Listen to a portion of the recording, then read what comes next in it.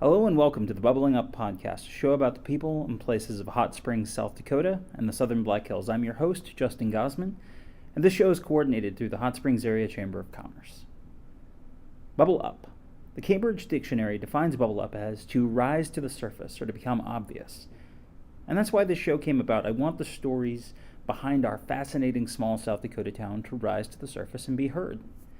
Hot Springs, South Dakota, population 3,460 today, is a community in the southwestern corner of South Dakota, about 50 miles south of Mount Rushmore. Founded in 1890, we got our name from, you guessed it, naturally warm mineral springs that bubble up from underground. The stories seem endless, and it's my hope that this show will enlighten not only the fellow residents of and potential visitors to Hot Springs as to the intriguing history of our community, but also to its ongoing inner workings today, the stories behind our local businesses and nonprofit organizations and events, the voices that make a community what it is, and that are working to make it what it can be. I hope you'll join me on this journey.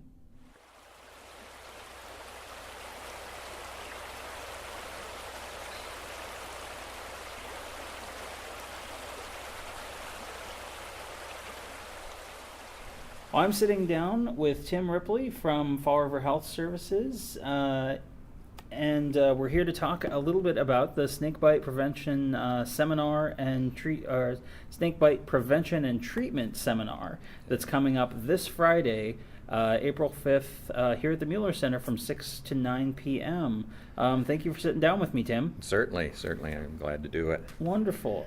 So I wanted to ask you before we get into the nitty-gritty of this event, because it seems like the chatter that I've heard in the community has been that people are really excited about coming to this. But before we get into that, let's learn a little bit about you. How did you end up in the Hot Springs area, or what's your story? Well, I've been a trauma nurse since 1986, and I was down in Fort Myers, Florida at the time, for about 20 years. Came on vacation to see Mount Rushmore in '01. Loved the area, decided to replant myself, and went to work at Rapid Regional for 12 years, and looking to slow down a little bit, which I did not.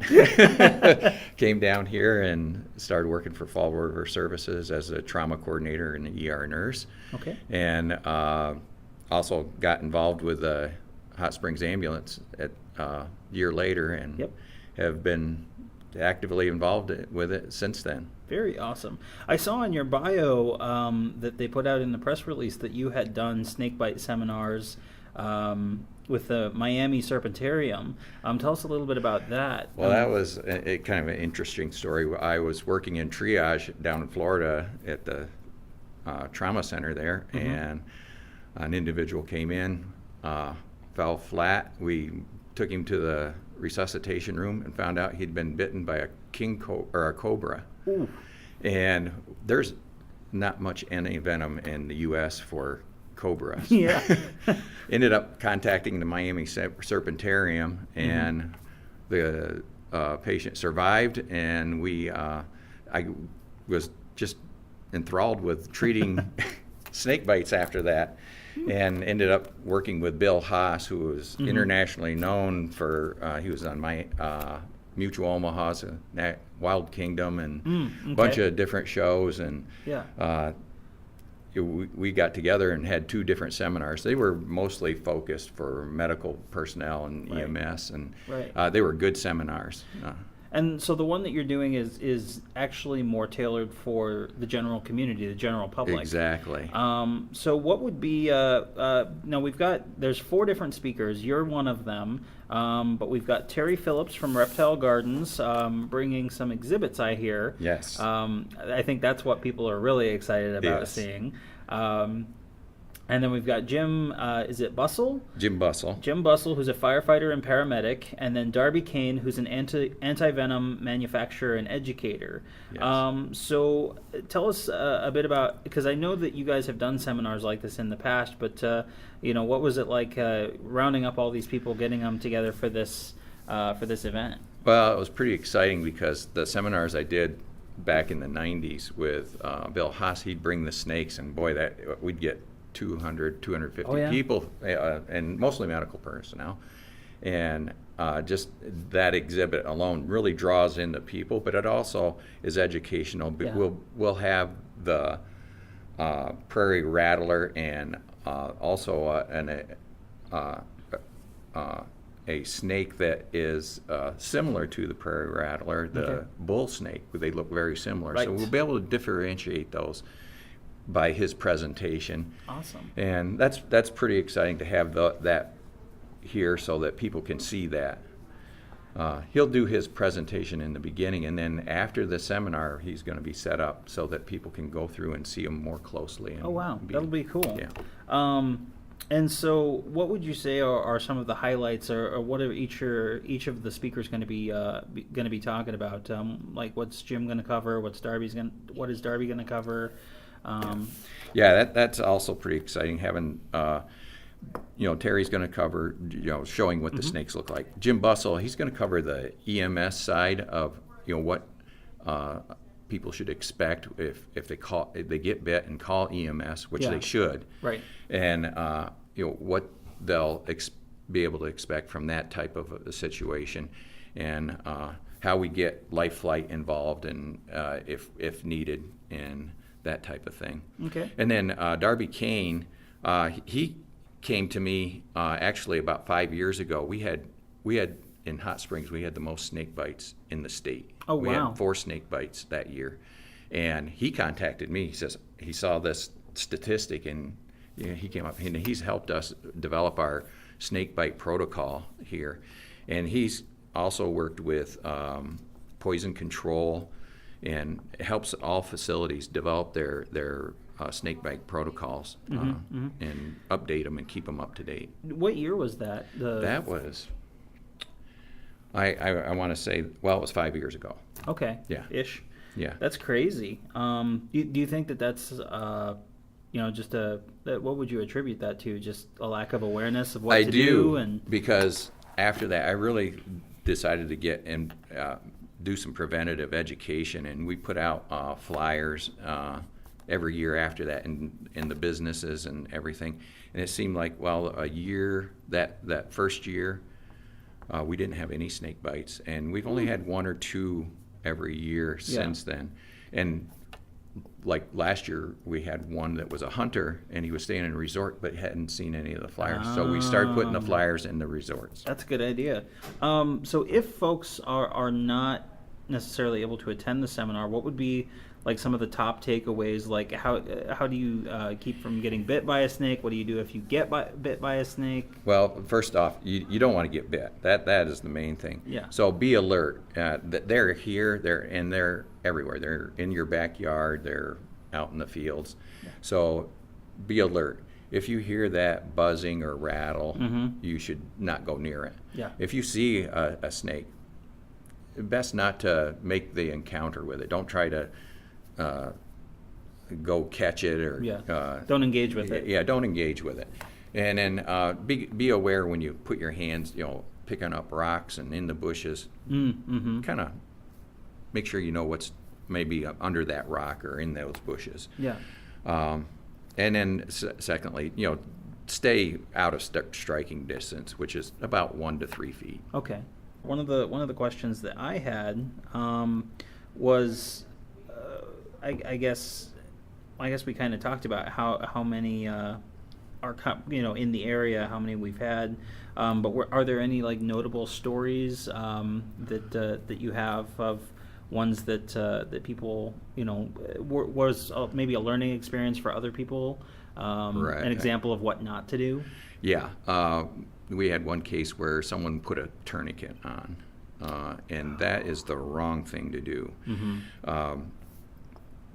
As far as when you get bit, you don't want any kind of restriction, because that just causes that venom to really react in the area wherever they're bit, arm, leg, and that's a wrong thing to do. But you want to immobilize the area. Okay. Preferably just above the heart. Okay. And keep calm, which is, that's probably the first thing you should try to do, and that's probably the hardest thing to do. Yeah. Because if you're excited and you go running, you're just going to circulate that venom into your system, and that's when you get into trouble. Oh, absolutely. So if you are out and about and you encounter like a rattlesnake or a venomous snake, what would you advise? So like you haven't gone near it, but you see it, but it's close enough. Like maybe you're within striking distance. How do you get away from it safely? Just back away. Just be calm. Don't jump up and down, stomp your feet. And Okay. The prairie rattlers are probably one of the more aggressive snakes of venomous snakes, but they will not attack you only if they're provoked. Most people are too big for them to swallow. So if they bite, they're doing it out of defense. And and if they don't attack you either. Right. If a snake's coming toward you, it's usually because they're going to where they want to go. They're not chasing you or attacking you. Right.